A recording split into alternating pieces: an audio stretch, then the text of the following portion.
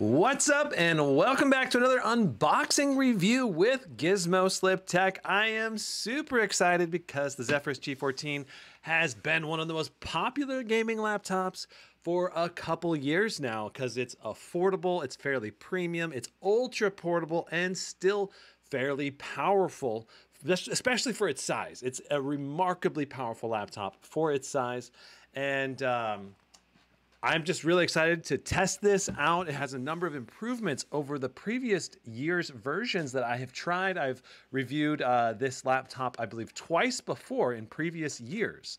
And this one's got just so many more features, a much better display, and a webcam with Windows Hello. That's a huge improvement over previous versions. And then of course, this also features a much more powerful GPU and a better cooling system, which should push much better benchmarks.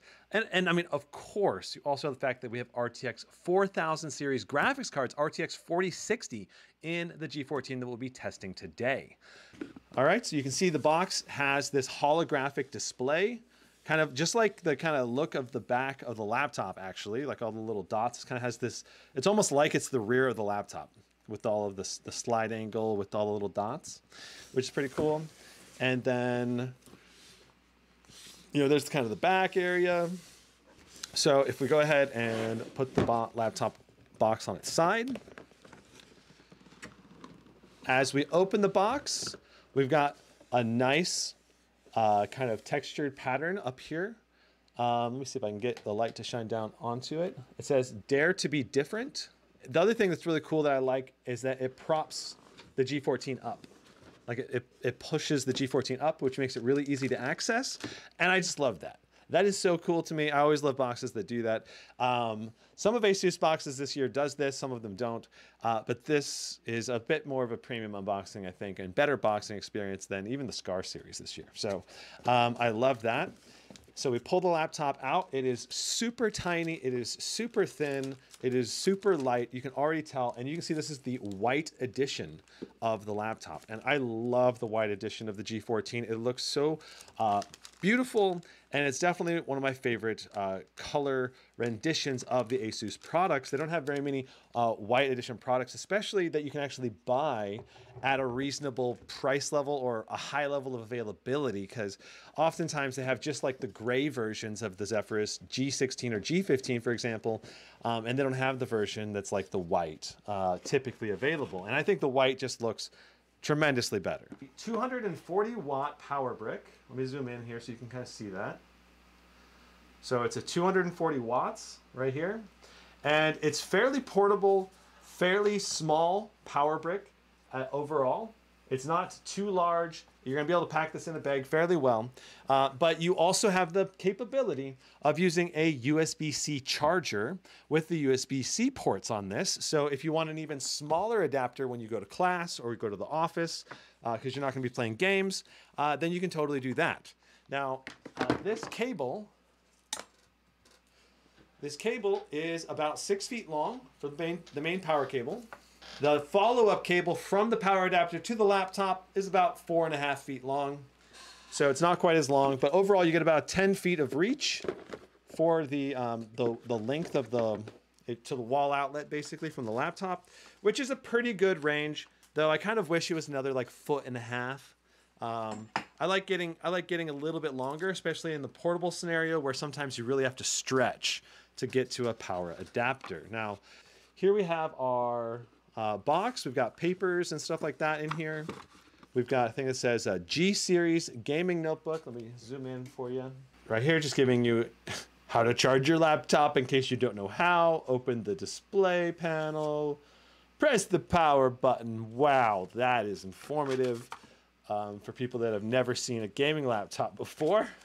I don't know why they felt like they had to include that, but all right. Safety precautions.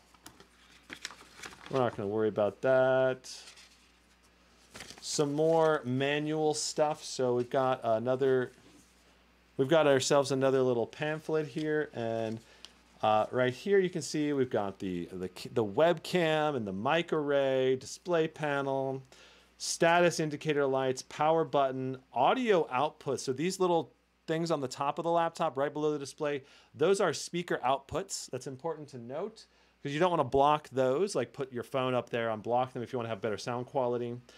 Another thing this year that's definitely an improvement is we have a bigger touchpad on the G14. You'll see that. From a top view perspective, we also have an external mic. Interesting. So you have a microphone that's on the outside of the laptop. Anime matrix on the back. I don't think this unit has an anime matrix. I don't think, but we'll see. I guess I haven't really checked. I've been turning it on and installing applications, and I never looked on the back. But I don't believe this one comes with the anime matrix. You got to probably spend a little bit more. And I don't believe this one has the mini LED display either, because you can get this laptop equipped with a mini LED display or the anime matrix. You can't get both because it has to basically the thickness of the display would be too thick if you had both. So you either get the mini LED or the anime matrix, or you get like just a regular display without either. So depending on which one you get, I'm pretty sure if you want to have the mini LED, you might have to spend a little bit more money. This says charge the notebook for 3 hours before using it in battery only mode. That's just in a general, a good idea to charge your battery to kind of calibrate it and make sure basically making sure that the laptop software knows exactly how big the battery is and charging it to 100%. It's not as big a deal with the lithium-ion battery, but that's something that has definitely been handed down from the old days when we had alkaline batteries, which desperately needed to be charged to 100% before you actually used it. I don't actually think it's that important for lithium-ion batteries, but maybe I could be wrong. Okay, so it says, thank you for being a valued Asus customer. And unlike the event that your computer requires warranty service, please contact Best Buy or Asus for support. I did buy this from Asus, so that's very nice. And they do have a phone number right here. 1-800-433-5778. And so that's nice that you can just get support right there through that. And here's the warranty card. Just a general warranty applies. And when you set up the laptop, you can actually register this when you're setting up Windows. So it's not like you have to mail this in to get your warranty support. And honestly, even after the fact, like even if you don't register it initially, you can still get warranty support as long as you have like the, you can prove that you bought it within the time period of when you should be getting support. Okay, so that's everything that's in the box. Let's pull this out. Do we know the power output on the GPU? Sway Garcia, it is supposed to be 125 watts according to Asus. But we need to actually see what we get wattage in games, right? Because it may be actually technically a little bit lower than that, or maybe it will hit 125 watts. But I'm hoping that it hits at least 100 watts in most of the games.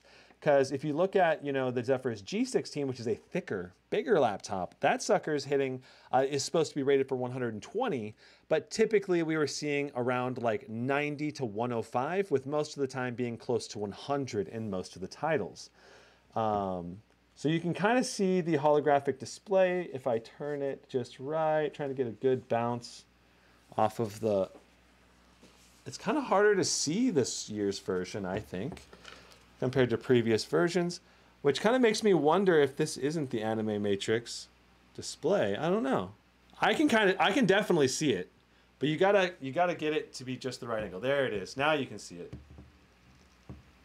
Yeah, so you got the nice holographic shimmer here, and I think that indicates that this is not an anime matrix, if I were to guess. Okay, so pulling it up, we do have like a microfiber separating the laptop and the display, like the keyboard and the display in the packaging. This is just such a beautiful white keyboard with... I love the spacing. I love the size of the touchpad. This is a phenomenal touchpad this year. It feels really good to use. I believe this is the same size as the Zephyrus G16. And in previous versions of the G14, sometimes it was a much smaller touchpad. I'm not sure exactly which year they made it bigger, but this year is much bigger than the 2021 version of the Zephyrus G14 that I reviewed previously. So there's the outside exterior. I really just I love this overall size and build quality. Let's see how this stacks up in terms of sizing compared to the competition. So here is the Blade 16, which is the most compact 16-inch laptop for a gaming laptop that you can get. That's a full-powered 16-inch. And you can see the G14 is noticeably smaller.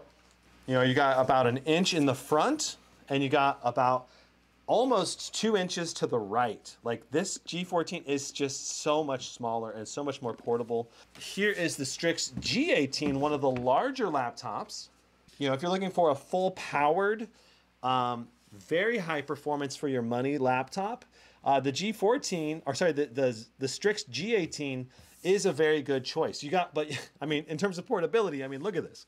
You got almost 4 inches, I would say, between the side of the laptop here and the G14, and you got about 3 inches from the front of the laptop. It is a huge difference in size, which is mind-blowing, partially because the ports on the Zephyrus G14 are basically almost the same. Like, why did Asus decide to put ports that are almost the same on the G14 and G18, which is such a bigger laptop? That to me seems crazy and a big mistake. So we were kind of stripping the screw a little bit. I don't like that. We got to get a slightly different sized head for the screwdriver. If it's hopping like that, you want to get a slightly different sized head for the screwdriver. So I want to point out that this bottom screw right here is a pop-up screw. It does not come out, this corner screw. You got to get a pry tool and get underneath it, and then you can pull the laptop, or kind of pull the laptop apart. So you just take a little plastic guitar pick or something similar, get it under the corner, start going around, and it just pops it right up. And this is awesome for getting into your laptop.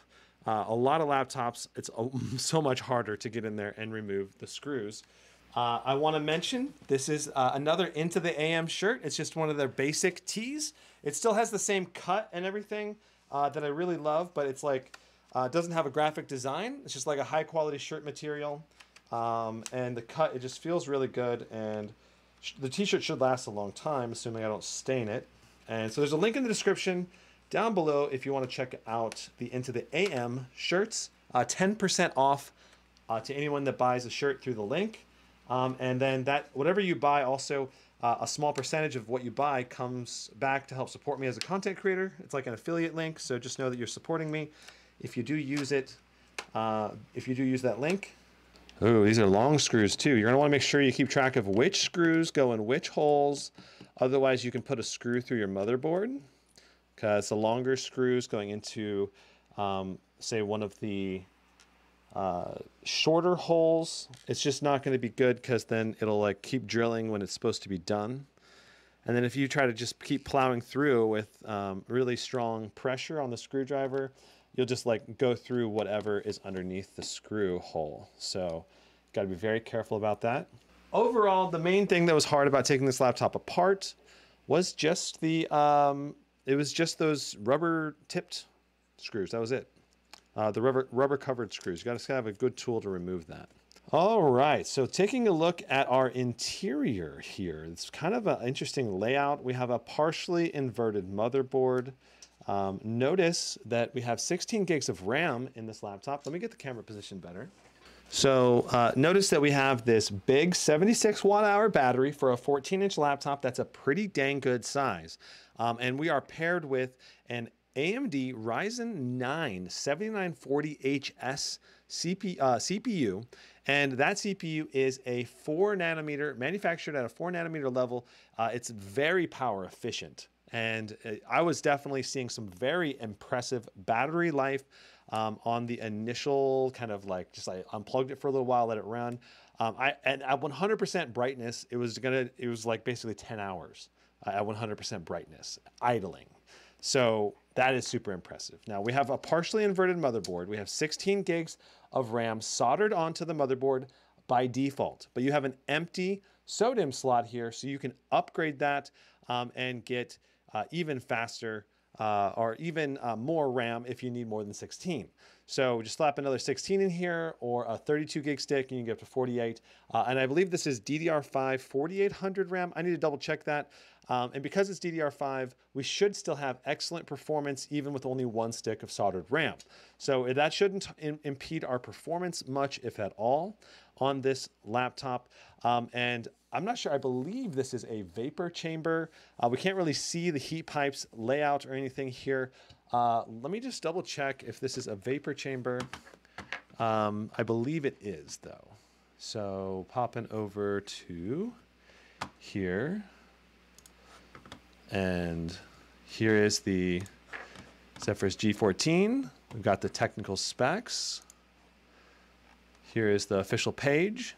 And this right here is my gaming laptop list for 2023. It is still being updated daily, and it now has over 100,000 views. So if you're shopping for laptops in 2023, please go ahead and use this list.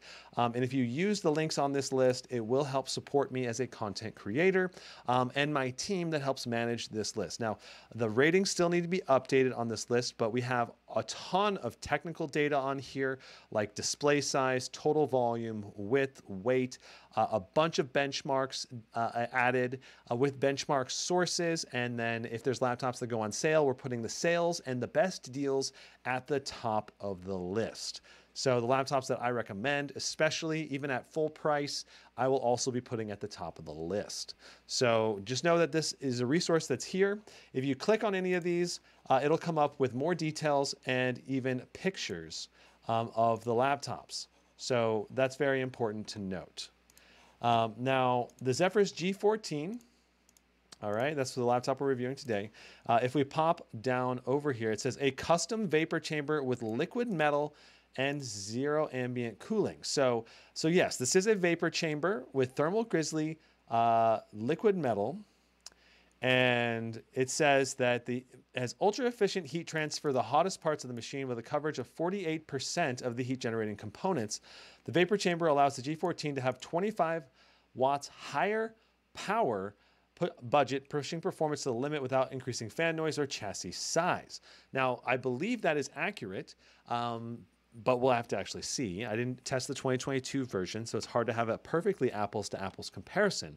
But because of the vapor chamber, basically, we should be able to see additional performance for the CPU and the GPU, especially when under a dual heavy load or when under a really heavy load on one of the components. Because that is one of the best things about a vapor chamber is that you can basically really dial in and give the full cooling potential to either the CPU or the GPU or both, depending on the load. And there's no like, I love shared heat pipe systems as well, but sometimes not all the heat pipes are shared. Well, in a vapor chamber scenario, pretty much the full cooling is shared between the CPU and the GPU, which is really great. Now we do also have our M.2 slot right here. Looks like we have some thermal tape underneath here. Looks like, let me go ahead and show you the SSD that we got underneath there. Looks like it's a Western Digital 512 gig. All right, this is the first Western Digital I've seen in a gaming laptop this year, to the best of my knowledge.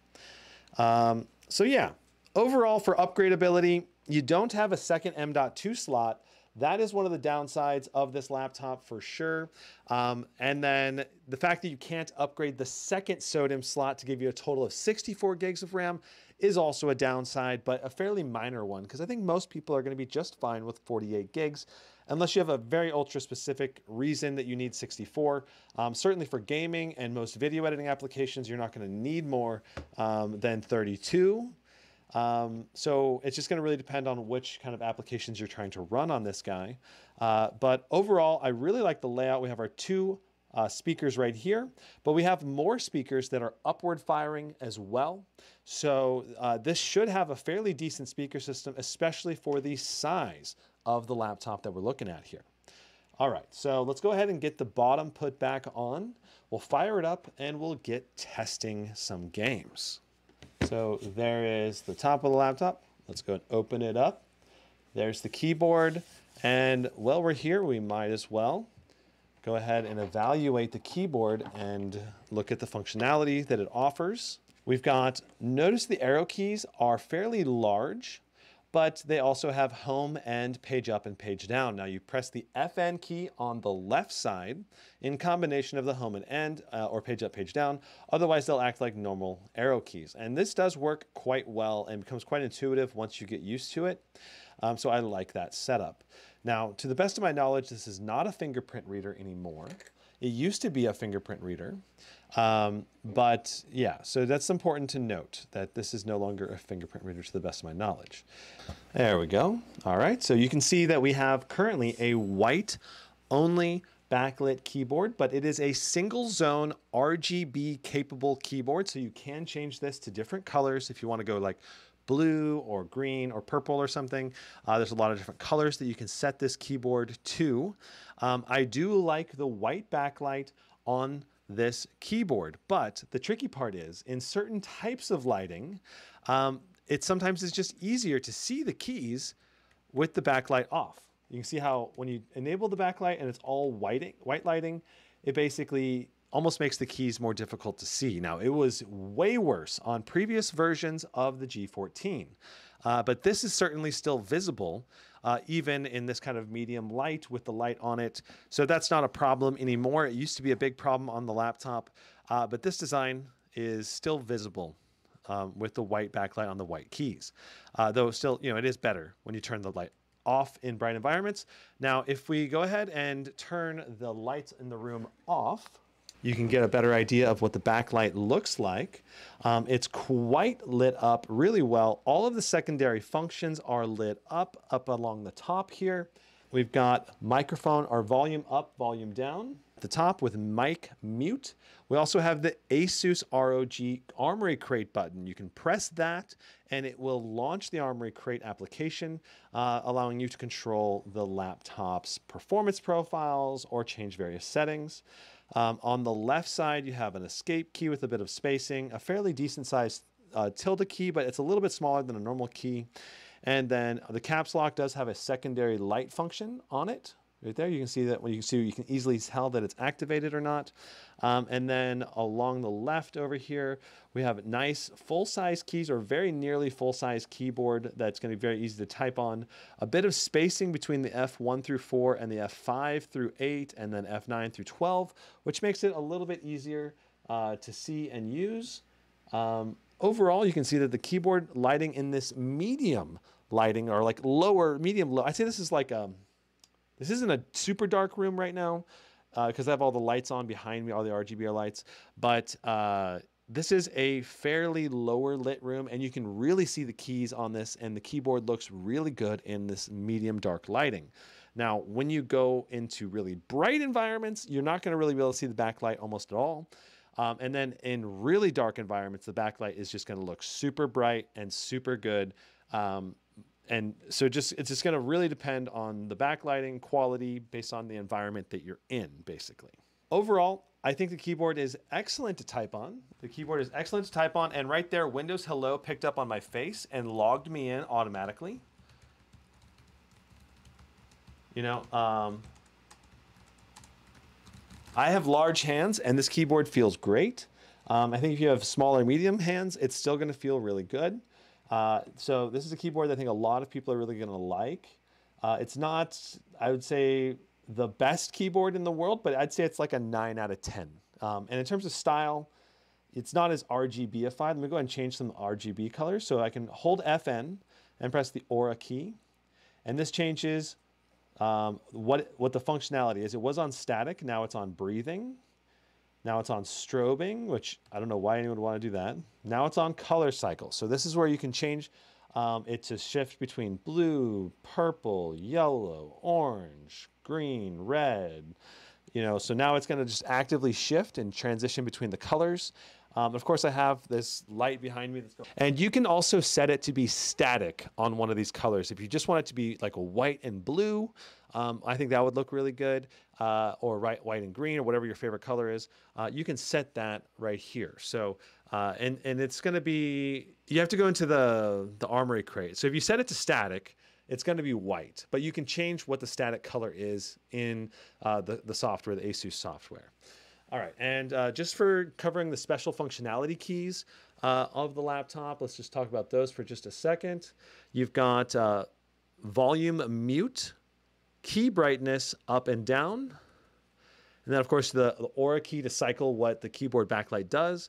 You've got the performance fan profiles with F5. This changes it to turbo, performance, and silent. If you wanted to go into manual mode, you will need to use Armory Crate to go into manual mode. And we're, of course, going to be testing in manual mode today for our benchmarks. You've got the clip button. This is going to basically allow you to screenshot a specific area of the laptop. You have brightness down, brightness up. And then you have your display output, your keyboard, your touchpad disable button, your Windows sleep, so you can put the laptop to sleep with the F11, or airplane mode with F12. So there's a lot of functionality here in your secondary keys. I do like all of those. All right, so taking a look, we have all these lights off behind us. All right, so it is a very vibrant, very bright display.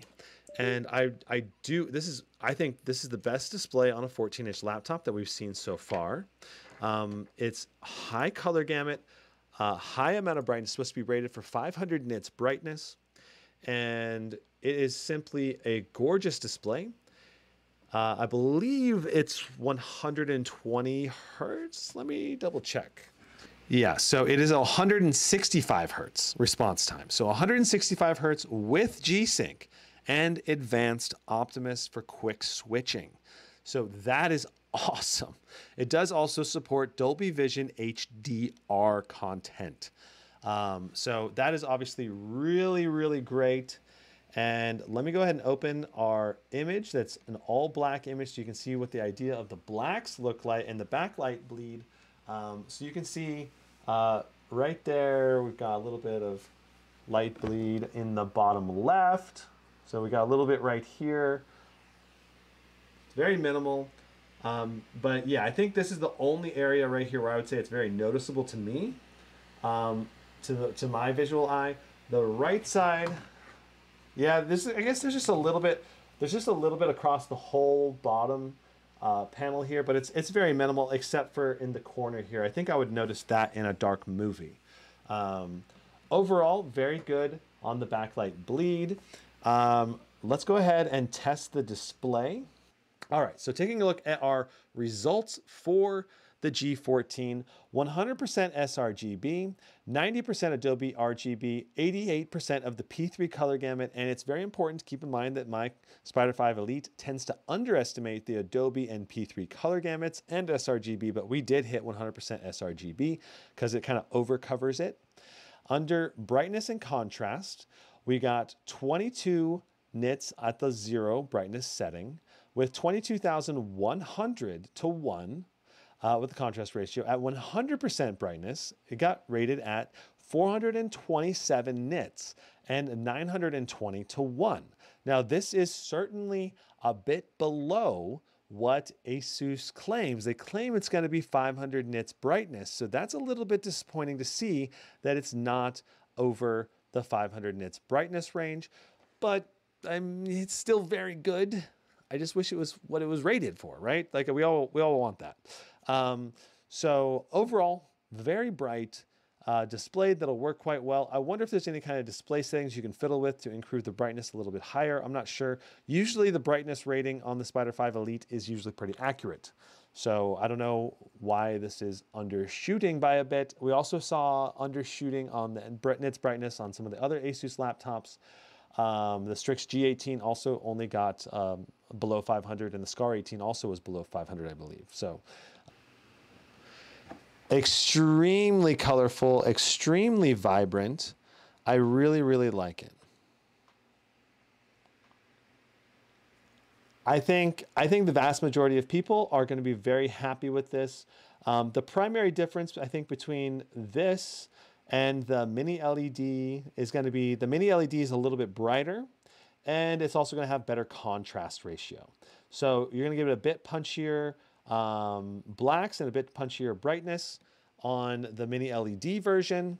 And then I think the main downside to the mini LED, if you went with mini LED, is that you're going to have blooming, which has a little halo effect, like on white objects or bright objects on dark backgrounds.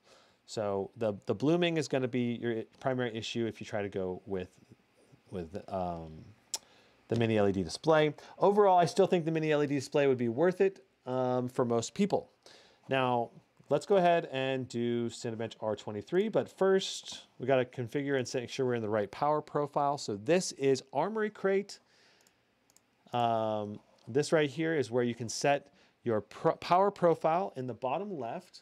So power profile on the bottom left, we have silent, which is going to basically mute the fans and make it a 0 decibel overall experience, but it's also going to severely limit your performance level. Performance mode is going to have moderate fan noise. You're probably going to hear it a little bit, but it won't be very annoying or very loud for other people in a room. But you still get like the vast majority of performance out of the machine. Turbo mode tries to give you close to the maximum possible performance of the machine. Manual mode is designed to give you every ounce of performance that the laptop can put out. So we're going to be testing in manual mode. We're going to set our power limits to the maximum, both for the CPU. We're going to do 80 watts for the short power limit, 80 watts for the long power limit, and we're going to set our fans to 100%. So they're never going to slow down. We're going to get the best possible temperatures. And for our GPU, we're going to keep our overclock to the basic 5100. And we're going to set our dynamic boost to the full 25 watt dynamic boost. And we're going to set our thermal target at up to 87 degrees, which is going to allow the GPU to go to the maximum possible performance. And then the GPU fan is going to be set to 100% as well. Now, in order to activate our settings, we're going to hit apply. And it gives you a little bit of a warning here that if you change too much things, you can harm your hardware. But all the things that I just changed should not harm the hardware to the best of my knowledge. You can see that we're pulling the full 80 watts of power. Interesting, you can see the core power for each of the cores. Our core effective clocks, you can see we're doing 4.78 gigahertz on all cores. 4.73. 4.75 is our average so far. That is really good. We have an 8-core, 16-thread CPU in this guy. It's the Ryzen 9 7940HS, which is going to be extremely power efficient. So we got 17,125. Let's run it again. So we're hitting 17,353 nonstop. Let's take a look at our temperatures now that we have ran several tests in a row. Our CPU package temp is hitting 95 degrees. So we are basically thermal throttling at 95 degrees. We are also not hitting the full 80 watts anymore. So that's very important to note, that we're basically hitting that thermal threshold and that the laptop's actually not quite capable of sustaining 80 watts of power nonstop. Now, I think if you had a cooling pad under this laptop, it probably wouldn't hit that 80 watts because you're going to be able to hit 95. You won't hit the 95 degree thermal cap nearly as easily or quickly. So now notice that we're hitting the 16,700 points range. Let's go ahead and unplug the laptop. I have unplugged the laptop now, and there goes NVIDIA Optimus. We are in silent mode. And also battery boost, it just turned off the screen and switched it to 60 Hertz to increase battery life. Very important if you want to maximize your battery life. Notice that it automatically put us into silent mode. We don't want to be in silent mode. We want to be in the fastest performance mode. So if we rotate, we got performance and silent, performance or silent. So when you're on battery life, you got the 2 profile options. We're going to be in performance right now for this test. Let's go ahead and see what we get in a single run and see what kind of wattage range that it pulls when under battery only mode. So right now it's doing 31 watts of power in battery only mode. We are doing 3.38 gigahertz, approximately 3.4 gigahertz. And notice that, when we were in full power, max plugged in, we were doing 4.7. So we've lost about 1.4 gigahertz across all of the cores. But this is still a very high clock speed for only 31 watts. Like, that is very high clock speed for 31 watts. That is incredibly power efficient. 12,873, phenomenal for a battery only super portable, fairly quiet machine. Notice the CPU package power is doing 30.1 watts. So again, 31 watts right here. And our temperatures are only 63 degrees. We're doing 3.4 gigahertz across all of the cores. It's actually a little bit higher now, which is very interesting. And I suppose if you were to undervolt this, you might get even a little bit more performance out of it, that's also very interesting to me. So, wow, now we're doing 3.5 gigahertz. Interesting. 3.3, 3.2. The performance is kind of jumping around a little bit. Only pulling 27.2 watts. So we got 12,104. And let's do it, run it one more time and see what we get. Again, we're trying to look for what our sustained wattage and clock speed are. It may take a little bit to update, but notice that we are getting 2.99 gigahertz across all of the cores now. Also, I should probably zoom in a little bit so you can see this a little bit better. So we went from 3.5 at the high range to now 3.0 on our all-core clock speed. And let's see what our sustained power limit is in battery-only mode if we can.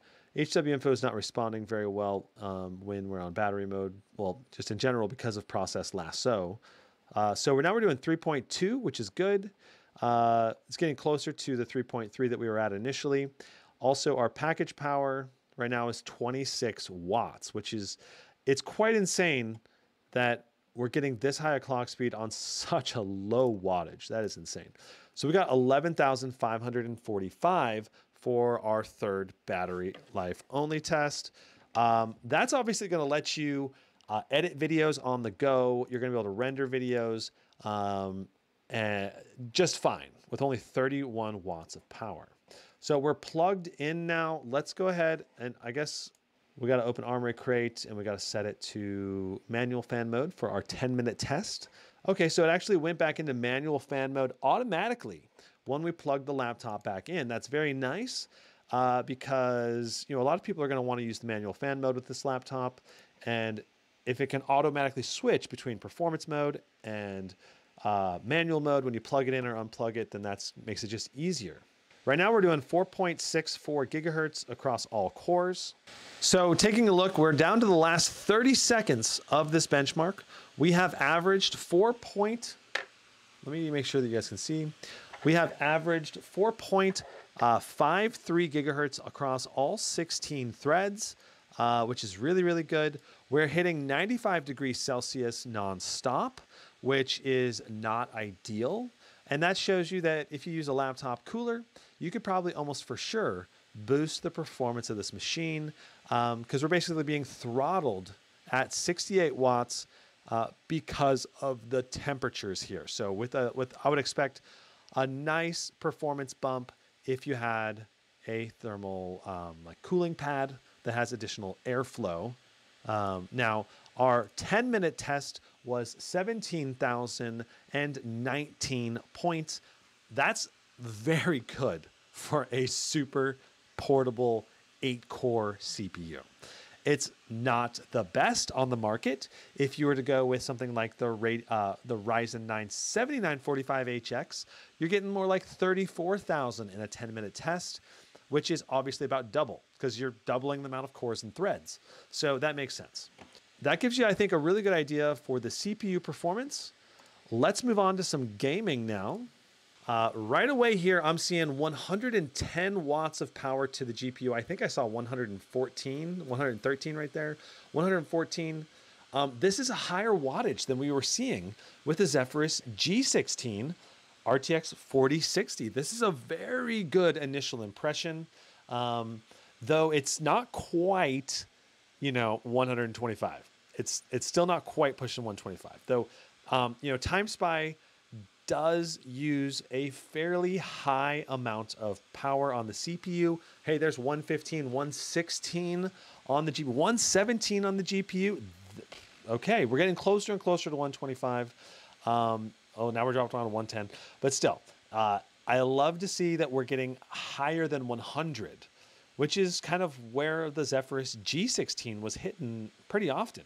So kind of impressive GPU performance here, at least in the initial impression, though still under a little bit, under spec of what I would love to see. Oh, look at that. We're getting 120 watts. I just checked. Almost the full 125. I wonder if it was hitting 125. 121, 122. It was like 121.8. So we almost hit the full 125 watts in part of the Timespy test. So our graphics score, 10,528. Very good. Extremely good for a thinner laptop. CPU score, 10,960. Very nice. So our temps were actually 80 degrees on the GPU, 81. So it did get a bit spicier than some of the thicker laptops. That's a downside. I didn't know what the CPU temps were because currently it's not being displayed. I want to see what the CPU temps are though. We're setting everything to max settings and we're gonna pop into the firing range. All right, so right now we're doing 100.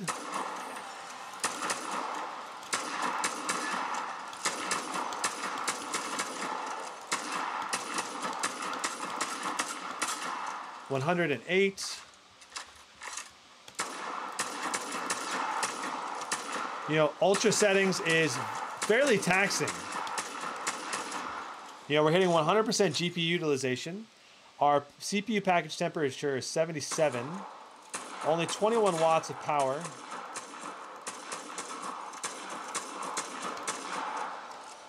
But our GPU utilization, 108. That's very good. We're getting a lot of GPU utilization. You know, it's important to recognize that we're at QHD resolution. Let's go ahead and set everything. So we averaged 108. Our 1% lows, 97. That is really good. All right, so our goal is to get at least 165 hertz in this test.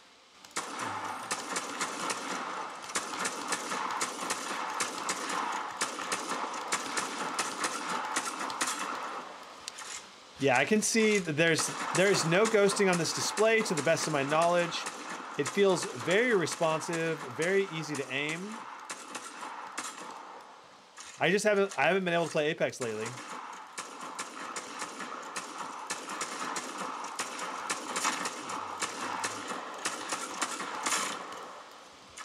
All right. One thing I do want to point out is that we are currently doing 117 watts to the GPU. Wow. Also, we're doing 86 degrees of temperature on the GPU, which means that we're basically thermal throttling or very close to thermal throttling. The thermal throttle point's actually 87, but we're within 1 degree of it, so it's probably being thermal throttled.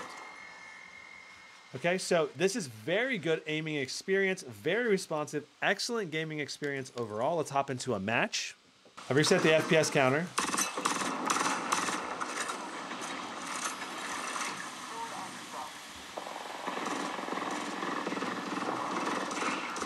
This is spicy. It's very juicy initial fight here.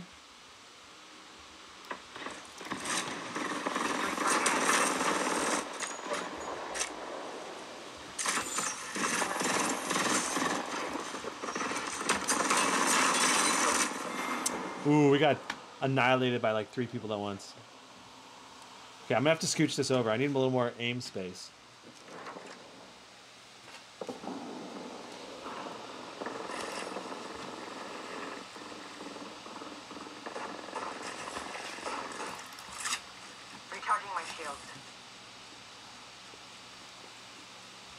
Seeing if I can flank anybody over here.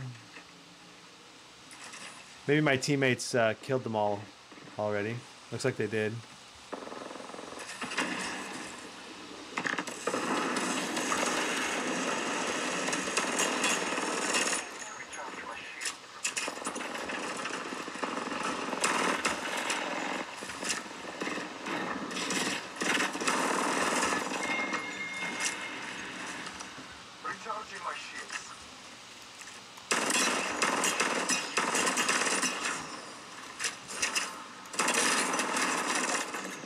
Goodness gracious.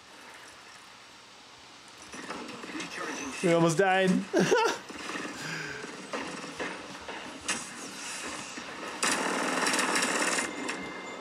Oh, come on. Someone stole my kill.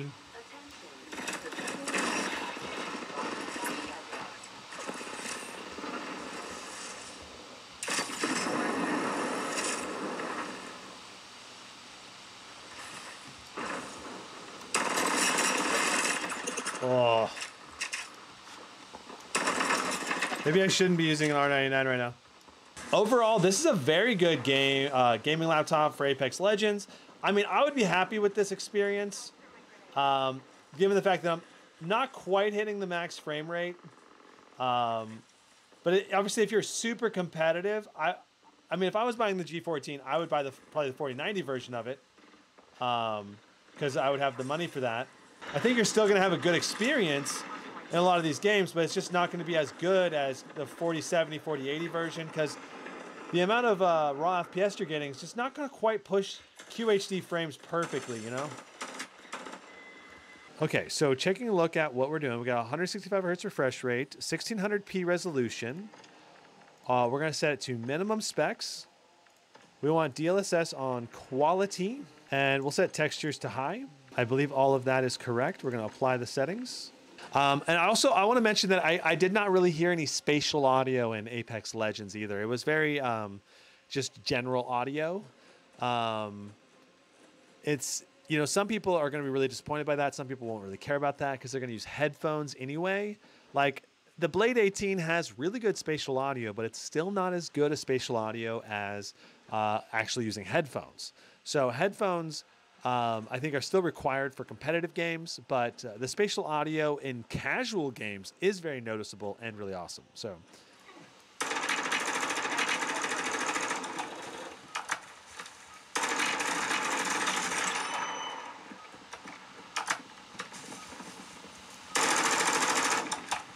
that was not a person on the ground, LOL.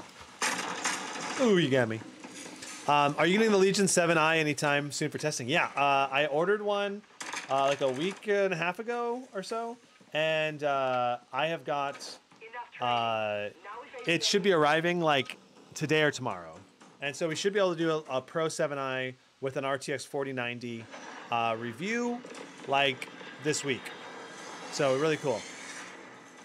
Wow. These speakers are very loud. I'm having to talk very loud over these speakers right now. I'm going to turn the speakers down a little bit. Very immersive. Is the transition from 16 to 14 significant? I think the 16 just lets you sit a little bit further back from the machine, you know, from the laptop, which I really like that you can sit a little further back. So right now we're doing like 93, 95 FPS.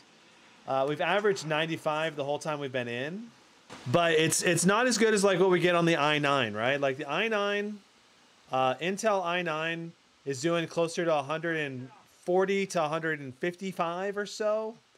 And so in this exact same scenario, so here we are, we're running down the same highway road or whatever. We're doing 85. Our 1% lows are decent at 60 right now. But still, for low settings, this is not amazing, you know? Like this is certainly playable. It's smooth. It's fairly reactive. But it's going to be a big performance difference if you were to go for an expensive Intel laptop versus this one. Just going to kind of run around a little bit, see if we can shoot somebody or not. Sometimes people land near us. Sometimes they don't. I kind of try to look at the same area of the maps and the same area of the game so we can get... And we managed to get a kill. All right. Overall, this is going to be a good experience in Warzone, especially for a really ultra portable laptop. But it definitely is not as good of an experience. You know, it's clearly an inferior experience compared to the i9. Or even the higher end 7945HX, which was getting like 125 to 135 FPS in these same areas of the game. You know, I like the fact that our 1% low is basically like a 60 FPS. Okay, taking a look at our temperatures, we are hitting 95 degrees Celsius on the CPU, which is very hot. That's basically thermal throttling. Our GPU is not being utilized at 100%. We are basically being CPU bound and CPU thermal throttled in this game. So if you were to get a cooling pad, I would say you probably get a few more FPS in this game, because then the CPU would be able to push a little bit higher wattage. So averaging 82 FPS so far in this game. Oh, it's not coil whine. I'm not hearing coil whine. What I'm hearing is the fan. I'm hearing the fan kind of like the bottom of the laptop's being pressed, I think, by the SSD underneath it. And it's causing, it's causing the edge of the fan to kind of brush up against the bottom of the laptop, the underside. So when I don't press on the bottom of the laptop, I'm not hearing anything. So that's good. I was like worried we were getting coil whine, but we're not getting any coil whine. All right, so QHD, we're obviously looking for over 165 hertz on the display. But this is going to give you an idea of how the Ryzen 9 7945HS actually performs in CSGO. It's obviously a fairly lightweight title. I'm very curious about Counterstrike 2. I think that game is going to be really awesome. Really looking forward to it. 300 FPS so far, 250 approximately, hitting the 300 mark, right around 300. Very good performance overall. One of the key things we're looking for in CSGO is what's the performance like when we go through the smoke. So right here in a moment when we turn around, now we're getting about 100, 80, 60, down to 45, and now back up. So that bottleneck as you go through the smoke is usually where you get the lowest FPS. Now, the new Counter-Strike 2, which is about to come out here later this year, that should have much better performance inside of smokes as far as I know. We'll actually have to see. But right there you can see we once again dropped fairly low on the FPS in CSGO, and that's because of the CPU being a bit bottlenecked. That's the primary reason. So when you're looking at this laptop, if you're a CSGO player, know that you're going to have bigger drops in FPS with the Ryzen chip here than you would if you had an Intel-based laptop. So yeah. And we are on all high settings. I'm not sure. Maybe the settings would be a little bit better if you're on lower settings. Not sure. Okay, so our average FPS, 296.75. So 297 FPS if we round up. We're on Ray Tracing Ultra. So we're basically on the highest setting. Not quite the highest. There's Overdrive. But we're going to do Ultra. And we're going to set it to Quality for our super resolution. And we can try running the Ray Tracing Overdrive as well. So we have DLSS with FrameGen enabled, because that's how I think players are going to play this game. With DLSS on quality, everything's on Ray Tracing and Ultra settings. QHD plus 1600p resolution, 49 FPS so far. We're doing 106 watts to the GPU, 109. We had a little drop in GPU power, interestingly enough. 107 watts, 110 watts. Our CPU is doing 22 watts. Very good. Our CPU temps are pretty good at 75. Our GPU temps are still a bit spicy at 81. Obviously, we could power limit the GPU down a little bit more and get even better temperatures. But we're getting overall certainly playable FPS. If I were to tweak this to make it even more playable or a better overall experience, I would probably try setting my... the first thing I would do is I would set my ray tracing... Well, I would set DLSS down to balanced for sure first. And then if I still wanted more FPS, I would set my ray tracing settings down a little bit more, or just turn off ray tracing entirely. Okay, so we got 51 FPS for our FPS average. We hit the max at about 60 FPS. Like if I were to tweak this, let's just try a couple setting changes. Let's go down to balanced for our DLSS. And then we could try Ultra. Let's try Ultra settings with balance mode. You got to remember that we're on QHD resolution, so DLSS on balance is actually still going to look really good in perspective. Yeah, well, the 4080 and 4090 actually a little bit more than double, right? It was actually closer, I think, to like we've had anywhere from 125 to 140, I think, approximately in this benchmark with the same settings. So certainly a lot better performance. That said, in terms of actual gameplay experience, you can get a very comparable gameplay experience on ultra settings with ray tracing disabled, for example. You know, like it's not like without ray tracing the game looks terrible. I do think ray tracing still looks better though. But I mean, if you're sacrificing the ability to turn on that ray tracing experience by going with this lower wattage 4060 and a super portable package, right? You want to be able to game on the go with ultra settings, then you just got to maybe turn off ray tracing in certain titles, especially at the full QHD plus resolution. Sacrifices will basically have to be made if you want that 4060 and save on your budget too, because you could jump with a 4080 or 4090 and put that in here because they do offer that. And you're going to easily push over 100 FPS. Probably not 125 because you're going to be lower power limit, but I bet you're going to go over 100 FPS on ultra settings with ray tracing on ultra. So on these new settings, we got 87 FPS, which is obviously really good and going to be very playable. Let's go ahead and let's just try ray tracing on overdrive, DLSS on performance. All right, let's try it. King Dragon official, Zabald's Legion. Okay, so wow. So ray tracing on overdrive, only 32 FPS right now. With DLSS on performance, which is much lower resolution as well. And I'd say right now with only 32 FPS, the generated frames are much more noticeable because they get a little bit more fuzzy around the edges. Then normally you don't really see the fuzzy. So it's very important to recognize that. Try overdrive native. I mean, it's going to be like 10 FPS or something. Like, there's no point.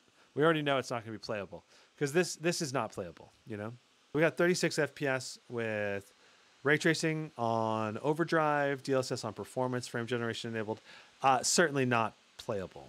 That's like the example, for example. All right, so we're going to do ultra default settings, quality DLSS mode, full 1600p resolution. And so right now we're doing 61 FPS, DLSS on quality, ray tracing on ultra. Our CPU is hitting, I saw 94 degrees a moment ago, but now we're doing 89. So not quite maximum on the CPU temps. Our GPU is at 99% GPU utilization. So we are hitting GPU throttling instead of CPU throttling. But if we had a more powerful GPU, right? If we were doing a 4090 in this laptop, we would be CPU bound hard in this scenario because we're almost CPU bound already. Not quite though. And that's with a 4060, right? So right now we're maybe even starting to get a little bit of CPU bounding. I guess not. Now we're at 90. We're bouncing up and down, but most likely we are GPU bound primarily.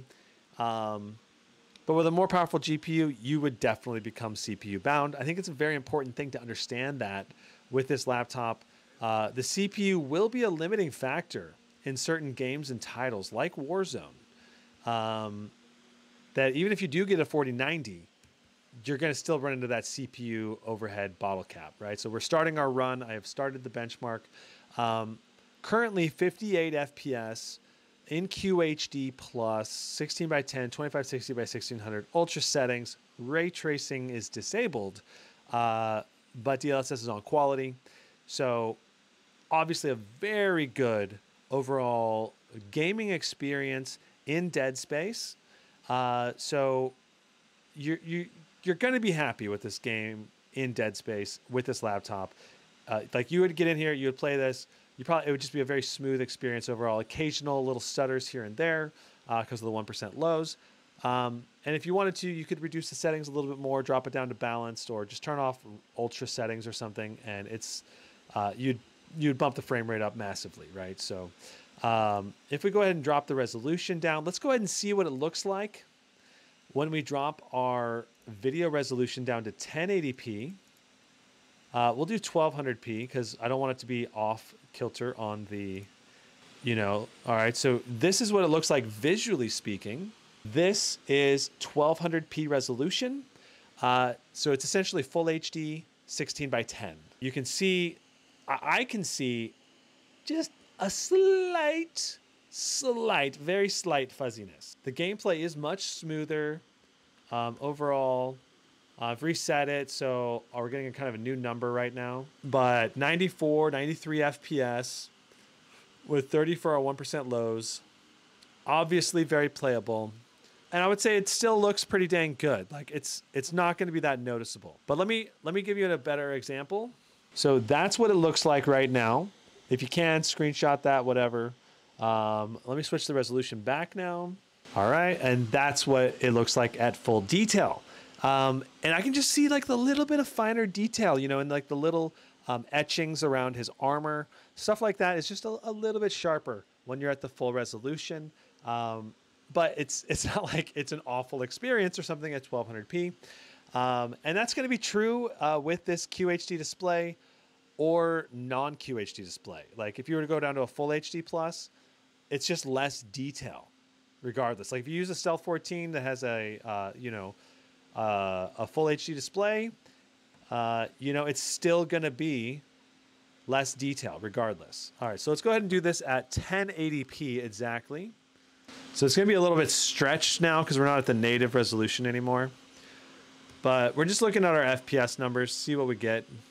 And I want to point out that we are currently CPU bound at 1080p. 95 degrees thermal throttling on the CPU package. So right now, again, if you had a laptop cooler, oh, hold on, I'm not zoomed out. So 95 degrees on the CPU package. Now that we're at 1080p, the GPU is only at 87, 81% utilization. And that really shows you how CPU bound limitations can impair your gameplay experience with lower end CPUs. All right, so we're walking.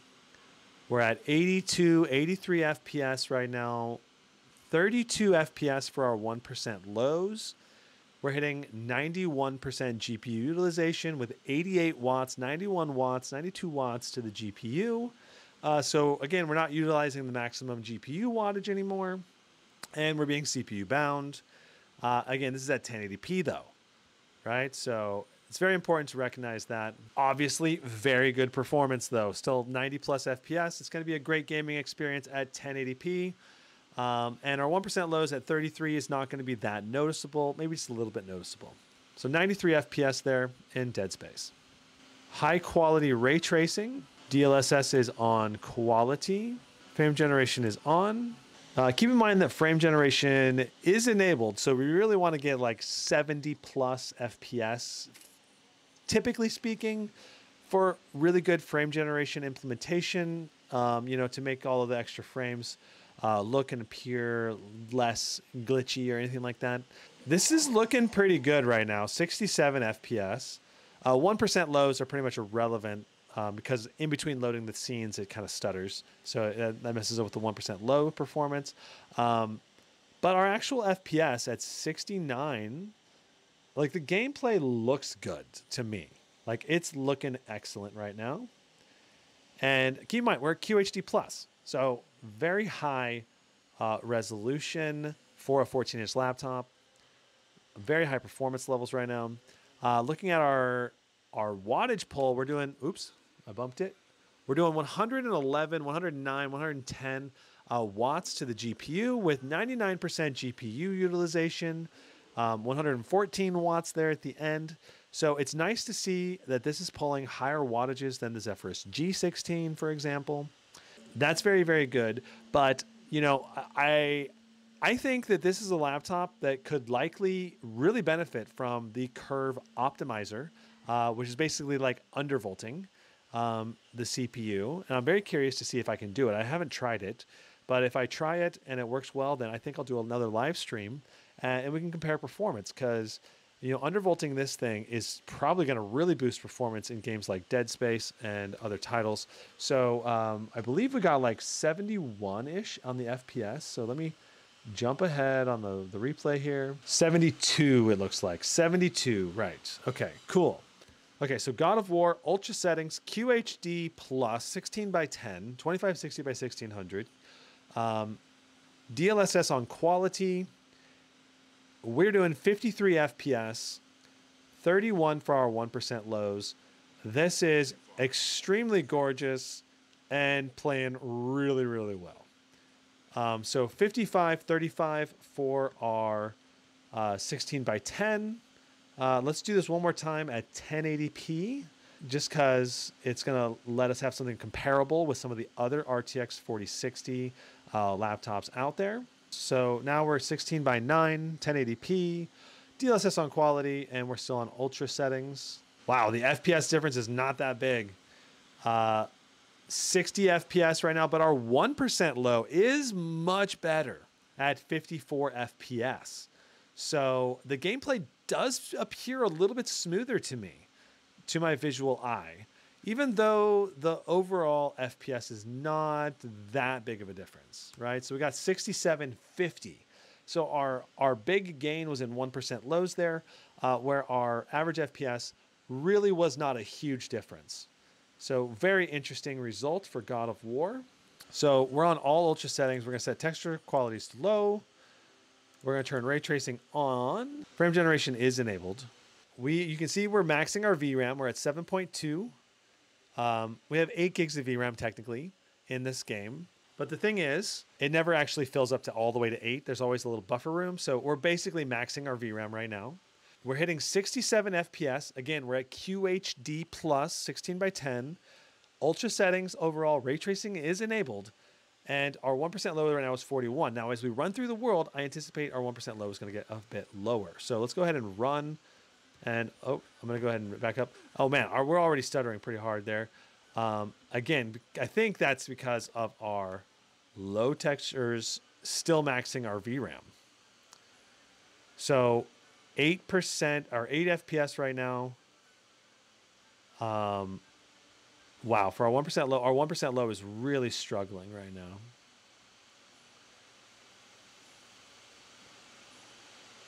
So we ended up with 58 FPS with a 8 FPS for our 1% low. So if you were to tweak the settings in this game and still have a good gameplay experience, first thing I would do, let's just try dropping our DLSS to balanced or maybe even performance. But look so we went down to balance. Look at our VRAM usage. We are now not VRAM capped. All right, so our 1% lows are at 30 now. We're just under the VRAM cap, just barely right now. But as we run through, we may still run into the VRAM cap limit. We're at 7. We're getting close to it. So yeah, it's still not ideal. Let's try dropping down to performance. All right, so everything's loading in still. We're at 6.6 gigs on the VRAM now. And our 1% low is still at 16. Let's try running through again. Way less stuttering right now. Even though our 1% low is not that much better, I can visually tell that it's just so much less stuttering than what we were running into before. Because we lowered, essentially by lowering DLSS down, it samples from a lower resolution, which requires less VRAM. So we ended up with 20 for our 1% lows, 69.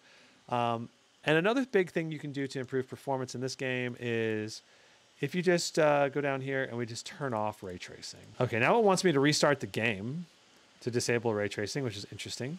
It gives you a good idea of Hogwarts Legacy performance. Not that amazing at QHD. You're gonna have to definitely tweak the settings to really pump frame rates in Hogwarts. Like you're obviously a very playable. And that's the most demanding part of the whole Hogwarts Legacy game. Like going through Hogsmeade, there's so many NPCs and textures and everything. So that's kind of like the worst case possible scenario in that situation. Just know that that's the context there. The game will run much better through the vast majority of other areas of the game. But that's kind of like, I always like to test worst case scenario, typically in most of these games. especially when it comes to VRAM. We want to run it on scaling mode. We want to go to DLSS super resolution. On quality, we want to make sure, we want to set everything to ultra if we can. All right. But then we also need to set our texture settings to medium, because you can see the VRAM limitations there. Only once we set everything to medium do we go under the 8 gig VRAM limit. This is basically all ultra settings, but medium texture settings. And it's also very important to note that this game is building shaders in the bottom right still. You can kind of see right there where it says it's building shaders. So I'm testing this without the shaders built. There is going to be a little bit better performance when you have the shaders fully built, but it takes a long time for the shaders to build in this game. Notice that we are hitting the 95-degree cap on the CPU, even though we're on maximum fans. And that's just the way that's the way it is with this laptop. All right, so we're hitting right at 60 FPS right off the get-go. 61 FPS for our average, 45 for our 1% low.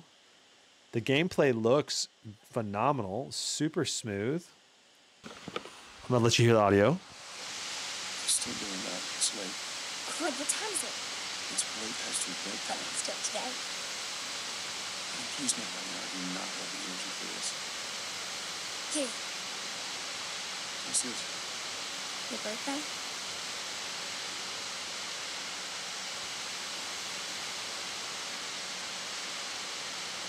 Kept complaining about broken marbles.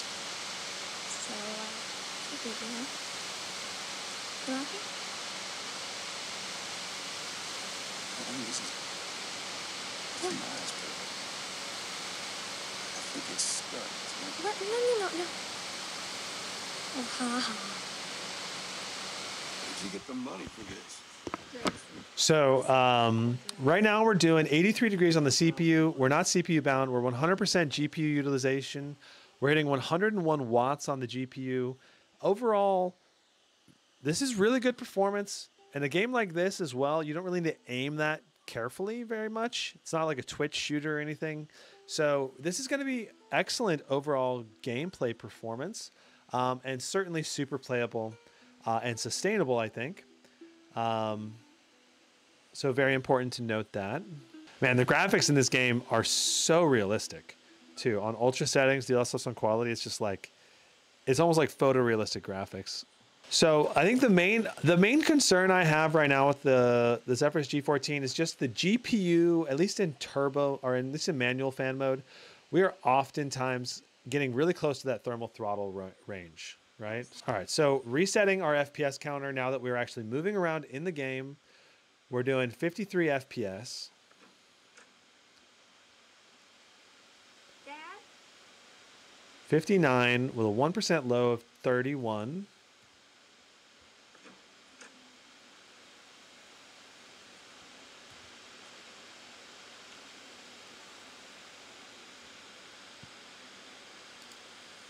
Yeah, I mean, this is very playable, a very good experience overall.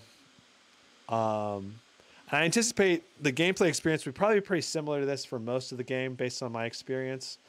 It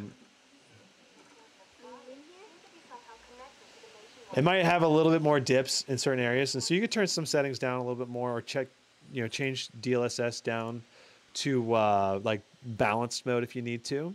So we're doing highest settings, ray tracing on ultra, and it should be DLSS on quality.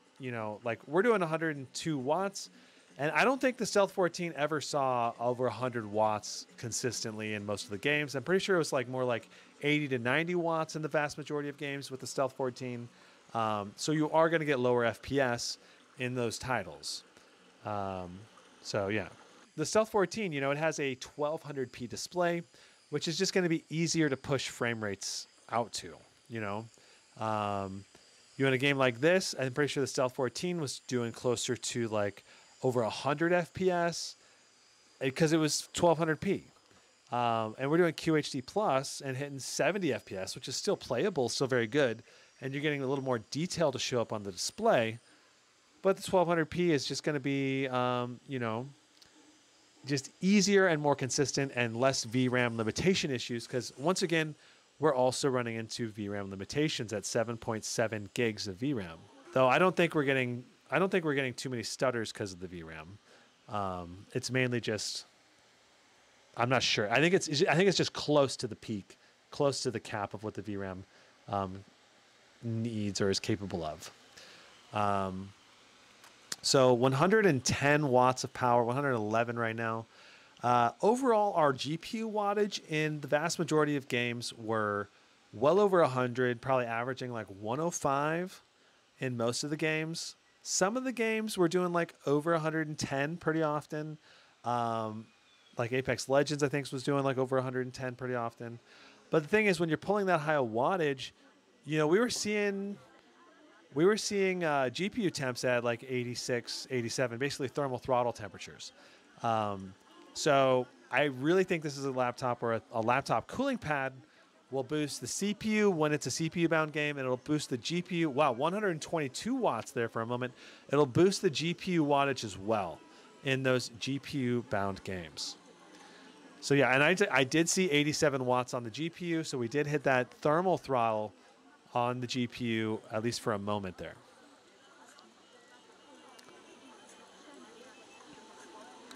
Wattage doesn't matter for the 4060 and 4070 above 100 watts. It does matter still, but it doesn't matter like massively. You know, it matters less, you know, than a lot of the other laptops. Okay, so we got 77 FPS. Very good. It's going to be playable, right? It's going to be very playable. No problems there. One thing I want to point out right here, the temperature of the keyboard, the WASD keys are warm. They're not hot, but like right here is a bit warmer, right above the touchpad. The wrist rest is just a little bit warm, but not hot. But like the center of the keyboard over here, the G, the H, the J, I would say this is getting closer to hot. And right up here at the edge, oh, that's very hot. Like I could not touch this for an extended period of time without hurting myself probably, because it's very, very hot along the top. The right wrist rest is also just warm. It's not hot. So we have frame generation enabled 1600p. And I suppose in this game, we could also do that testing if you'd like. Let's try it. We'll try cycling between the 4 modes. We'll do silent, turbo, performance, and manual. We'll do manual first since we're already in it. Let me double check that all of our settings hit, because I would think we'd get a little higher FPS, but DLSS is on quality. Ray tracing is on ultra. Full screen 1600p. All of this is set correctly as far as I can tell. Once again, we're kind of getting close to the VRAM limitations, right? We're at 7.1 gigs on the VRAM, which could mean that we're close to maxing it, or we are maxing it. We'll do a test now. Right now we're doing 48 FPS, 24. This definitely seems a bit lower. Yeah, I don't know. Seems like frame generation might not be on. I don't know.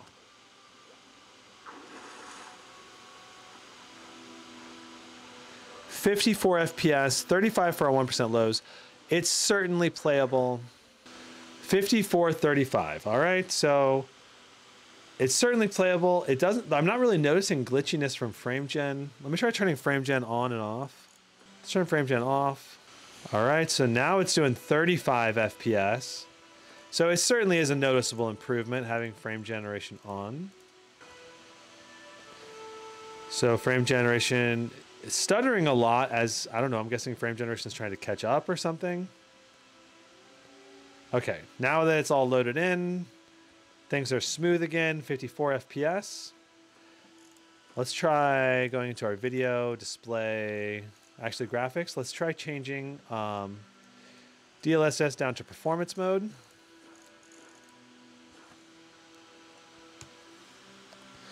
I think everything's kind of loading. All right, how are we doing now? 64 FPS, 51 for our 1% lows.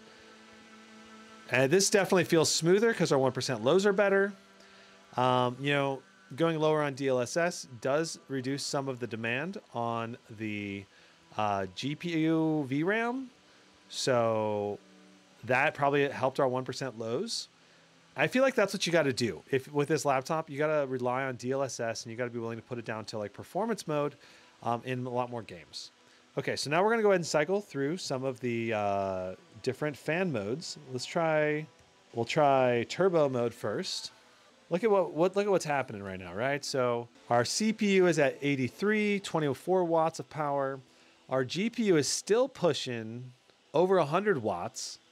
But it's not like 110 now, but we are thermal throttling still at 87 degrees. A second ago, 86 right now.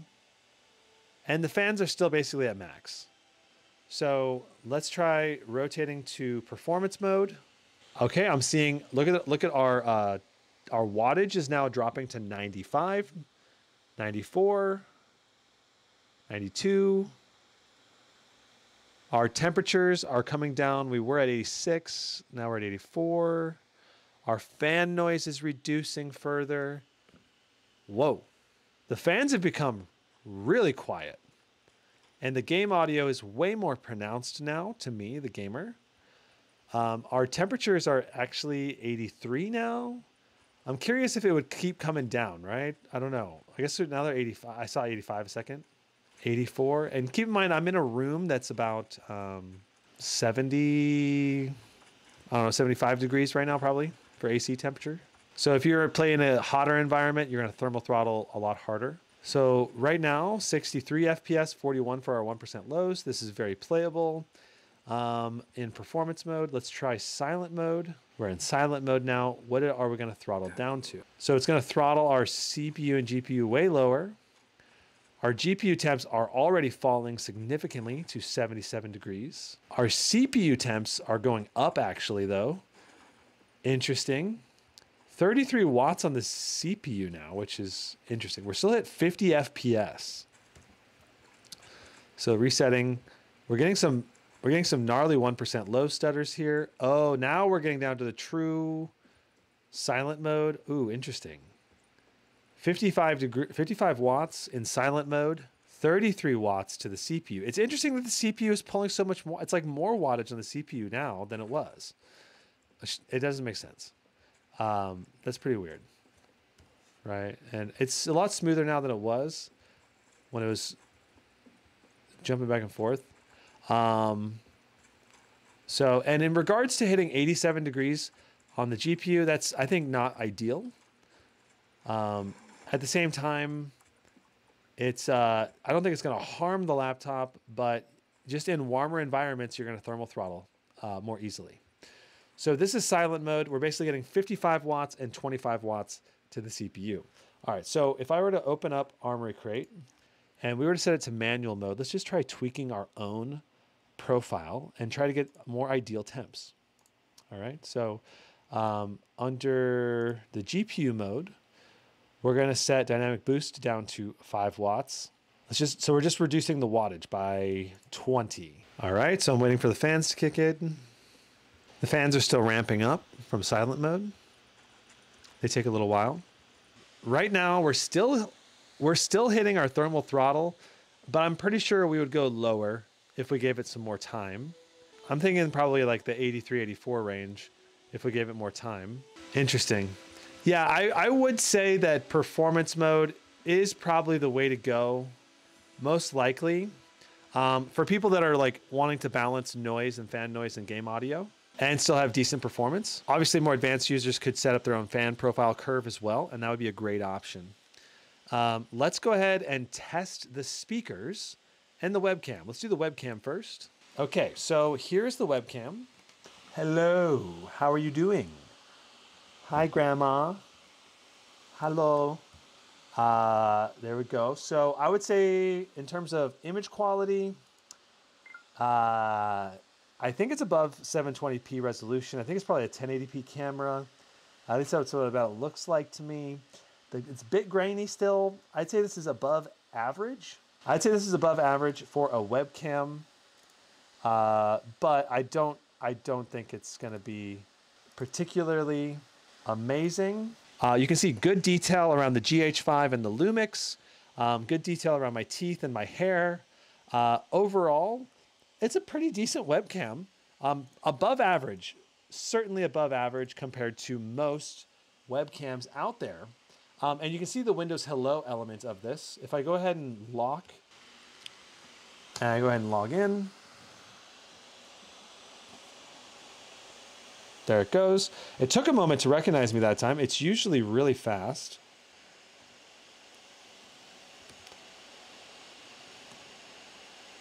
So it happens really, really fast with Windows Hello.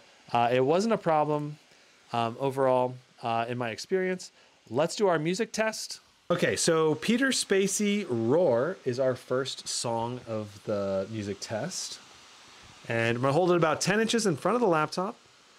We're gonna need to go ahead and change the fan profile to, I don't know, performance, that's fine. Right now you can see that we are on music balanced mode, but in my experience, using dynamic mode is usually almost always the better audio profile mode for sound volume and quality, though we can go ahead and test that real quick. Here we go. We'll try game.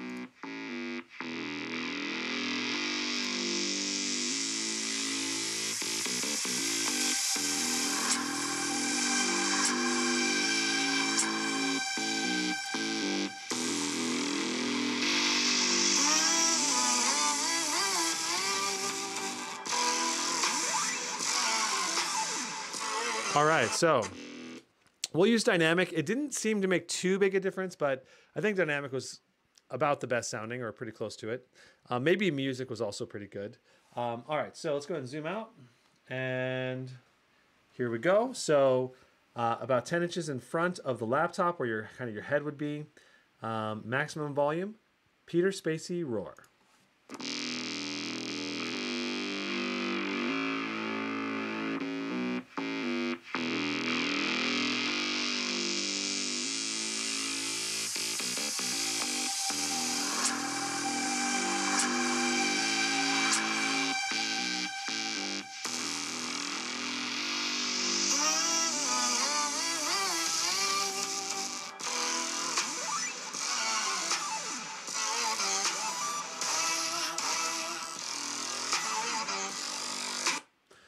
That is a lot of bass for a little laptop. A lot of bass. All right. Faded Aeon Half-Life.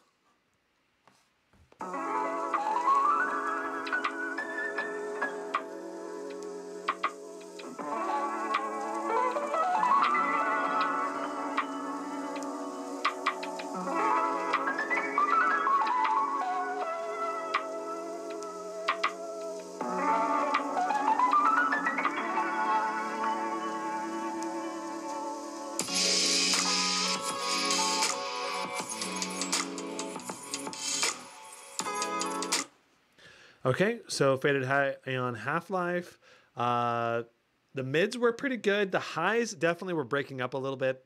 It's a little too bad, but that's where Adobe Atmos, you could kind of tweak it a little bit for certain types of music maybe. I love you like la la la la la la la la.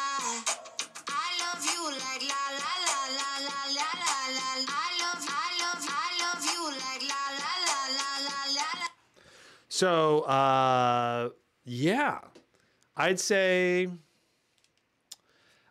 that there's a lot of bass, that the mids are pretty dang good, but the highs were kind of breaking up. At least with the settings that we had. I kind of want to try maybe doing music mode balanced and trying Faded Aeon again.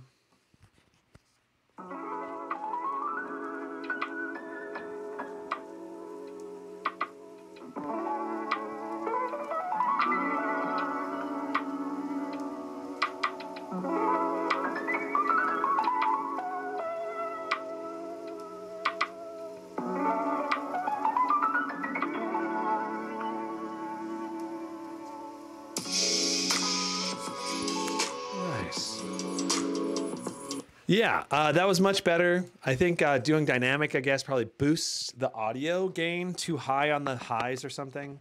So it was definitely less crackly and more balanced overall with the the music set up to balance mode.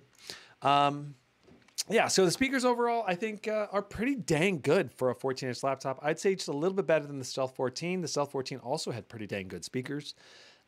This is a little louder, I think, and a bit more bass than the Stealth 14. But the mids and highs were pretty similar in the same ballpark. And yeah, so I think this is probably, in terms of speaker systems, around the 8.5 range, maybe 8.6 in my rating system. In that, if I were to estimate or guess, there's a good amount of volume. You definitely have some bass. You definitely have some mids. You definitely have the highs. And the clarity is pretty decent. But it's not like it's the best. It's definitely not the best speaker system, you know. It's probably the best speaker system in a 14-inch laptop, though. We'll have to see what the Blade 14 does later this year.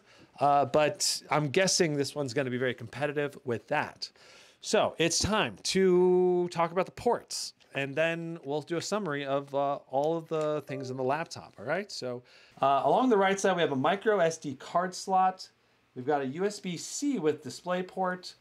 Then we've got two USB 3.2s. And then on the back, of course, there's nothing because it's all exhaust. And of course, the exhaust hits off of the screen right here. And then you also have exhaust on the left and right sides as well. On the right side, sorry, on the left side, we have the power adapter. We have HDMI 2.1 that's connected to the NVIDIA GPU. And then we also have another USB-C with DisplayPort. And then we've got our headphone port as well. So there is a lot of ports on this laptop. Okay, so there's your power adapter, HDMI 2.1, USB-C with DisplayPort and power delivery. And we got our headphone port right there. Micro SD card slot, USB-C with power delivery. I believe it also has power delivery. And a display port. And then we have the two USB-As. So a good selection of ports for a 14-inch laptop. No Thunderbolt 4 support because this is, of course, a Ryzen laptop, which is going to be another slight disadvantage for this laptop, all right? In terms of overall build quality, very firm, very consistent all the way around. Let me switch camera angle and show you. So when looking at this G14 here, right, we've got almost no flex, a little bit of flex on the side. At the top, almost no flex, just a little bit of flex. A bit of flex up here, but you never put weight up there. No flex pretty much in the corner again. A little bit of flex here, going through the middle of the keyboard. Almost no flex, just a little bit. But it's very rigid, very high quality overall feel, fit, and finish on this laptop. And the white looks just gorgeous. Like the back here looks really good. And I'm not sure if this is a metal encasement on the back, but it doesn't feel plastic. It feels almost like magnesium or something. I'm not sure. And this, of course, right here is metal. And I believe on the bottom here, this is a metal plate for the bottom lid here, but then we have plastic going around here. So it's a mixture of metal and plastic on this laptop. And the overall fit, feel, and finish is very good. I'd say just as good, if not a little bit better maybe, than the Stealth 14, all right? I would say the biggest advantage to the Zephyrus G14 is that, at least in theory, it is a higher TDP wattage system, and we did see those higher TDP watts on the GPU at least. And when comparing it to something like the Stealth 14 or something slim, maybe a 15-inch like a MSI Pulse 15 or something like that, I feel like it's a very premium option because of the display, because of Windows Hello, because of the webcam, because of the speaker system, because of the overall build quality, fit, and finish. It feels a little bit more premium than something like the MSI Pulse. It feels on the same level, I think, as the Stealth 14. I feel like the Stealth 14 competes very well with this machine. But I would say the Stealth 14 was tuned to have a little bit lower TDP on the GPU, which allowed the Stealth 14 to have much better temperatures overall. And the thing about the Stealth 14 is that it is only also a Full HD Plus display, though the display is still very good overall. It's a lower resolution display, which just makes it easier to push high frame rates.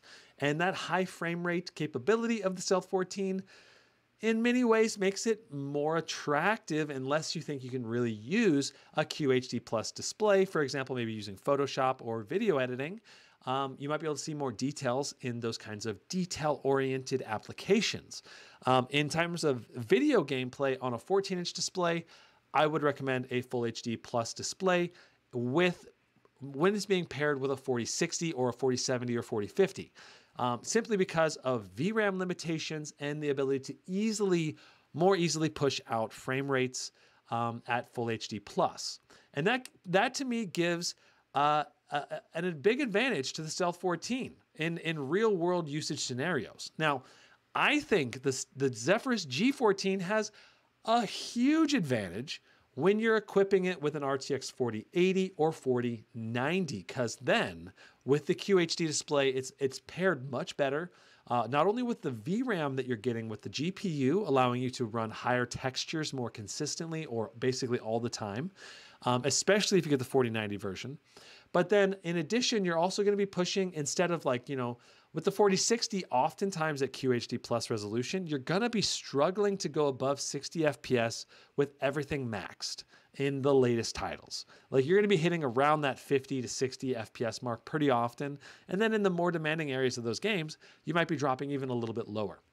So you're going to end up going down to like medium high settings sometimes, and oftentimes having to fiddle with textures or stuttering from textures being filling up the VRAM.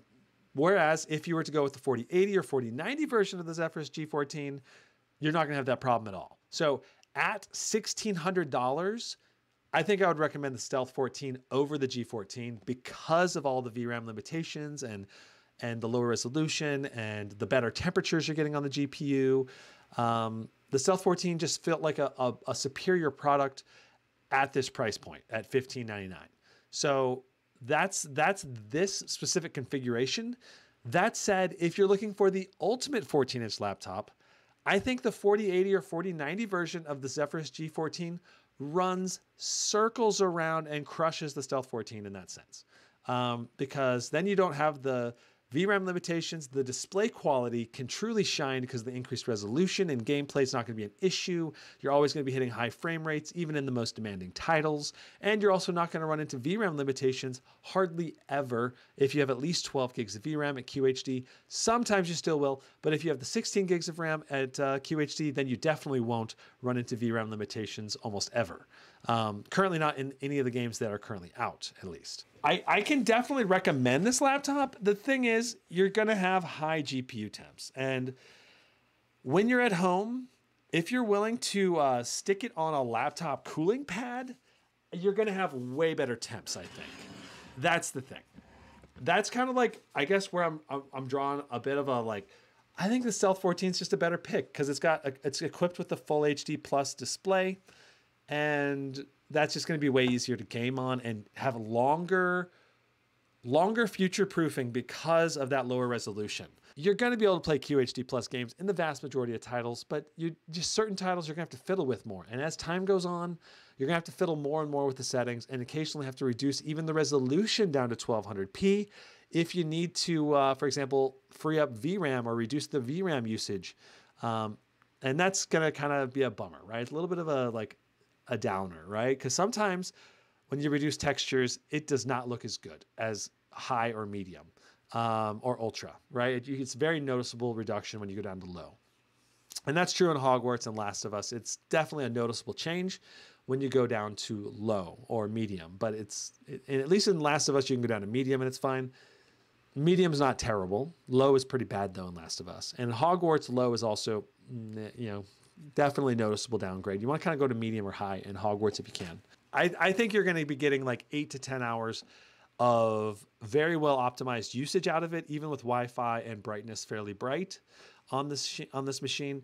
If you're obviously not optimizing at all, it might be 6 to 8, but with, at least in terms of web browsing, if you're doing gaming, obviously gaming is going to kill it very quickly at like 2 hours max, probably, of gaming performance. The touchpad and keyboard feel great. The touchpad's large for a 14-inch and scrolls well. It's glass.